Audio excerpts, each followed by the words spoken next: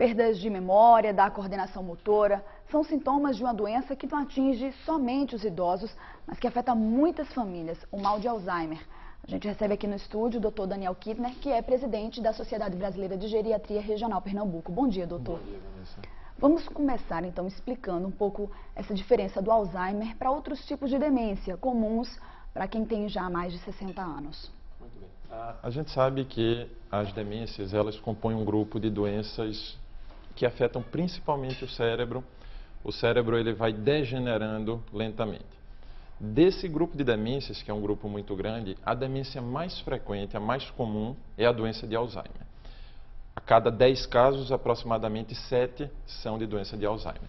Daí a importância, daí a preocupação. Hoje a gente estima que mais ou menos 1.200.000 brasileiros devem ter a doença, diagnosticada ou não, e com expectativa de crescimento de 100.000 novos casos ano.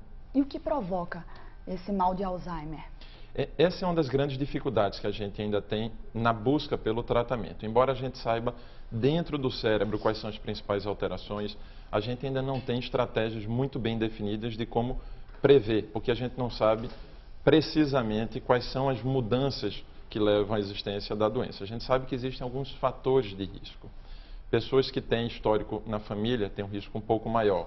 As pessoas de afrodescendência também têm um risco um pouco maior. As pessoas que são portadoras da trissomia do 21, da síndrome de Down, têm um risco um pouco maior também. As mulheres têm um risco um pouco maior do que os homens, mas isso provavelmente se deve à maior expectativa de vida da mulher. Então, todas essas situações são situações sobre as quais a gente não tem como atuar na prevenção. Embora a gente saiba que existem fatores que levam a um risco maior, além desses que eu citei, talvez um estilo de vida não adequado, fumo, álcool em excesso, hipertensão mal controlada, um diabetes mal controlado. Alguma pesquisa aponta, por exemplo, o estresse prejudicando e agravando talvez a situação, um fator de risco? Não diretamente o estresse. O estresse levando a um estilo de vida inadequado, talvez como fator de risco. O estresse isoladamente não, até porque a gente quando vive até um certo nível de estresse, isso até um certo momento é benéfico. Mas o estresse da vida moderna, que leva à desregulação da alimentação, da falta de atividade física, né, do descontrole em relação ao uso dos remédios, uma hipertensão mal controlada, diabetes mal controlado, essas situações sim estariam diretamente relacionadas com risco maior. Quais são os primeiros sintomas assim que as pessoas que convivem de repente com essa outra pessoa que tem algum sintoma têm que perceber e já procurar um médico? Regra geral, o sintoma mais marcante está relacionado à memória. A perda de memória costuma ser o sinal mais evidente. A gente tem que ter um pouco de cuidado, uma vez que frequentemente a gente é procurado nos serviços de saúde por queixas de memória relativamente simples e que fazem parte dos esquecimentos do dia a dia. Qualquer pessoa que está emocionalmente sobrecarregada ou que tem muitas atividades vai ter eventuais lapsos de memória. Mas a partir do momento em que essa perda de memória, esses lapsos, esses erros começam a ser percebidos também pelas pessoas do convívio mais próximo, isso começa a atrapalhar, inclusive, o dia a dia do indivíduo, se atrapalha no trânsito, se perde no caminho de casa, se atrapalha nas suas próprias finanças. Enfim, hábitos que seriam realizados dentro da normalidade, eles começam a se equivocar. Por exemplo, esquecer a chave de casa ou esquecer nome de pessoas, o que é que seria mais grave?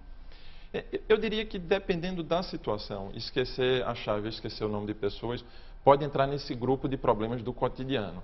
Pessoas muito mais jovens que estão com várias atividades simultâneas, ou com preocupações, ou com problemas em excesso, eles podem, de repente, não saber onde colocar a chave, de repente, no estacionamento onde está colocado o carro, não lembrar naquele momento o nome de uma pessoa, e isso, em alguns instantes, reaparece na memória.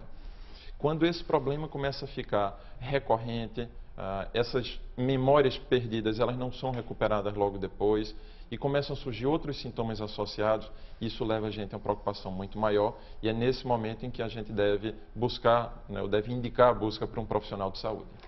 Doutor, a gente falou aí logo no começo que não atinge somente os idosos, principalmente os idosos, mas não somente os idosos. A partir de que idade existe um risco maior? Estatisticamente, o grande grupo vai ter a doença a partir dos 60 anos. E quanto mais idade, até mais ou menos os 90 anos, esse risco cada vez é maior.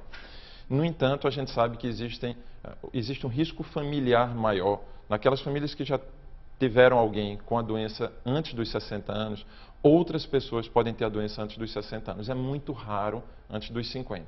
Entre 50 e 60 anos, a gente já tem um grupo um pouco maior. Mas o grande grupo é a partir dos 60 anos. Doutor Daniel, muito obrigada pelas orientações. Um bom dia para o senhor. Obrigado.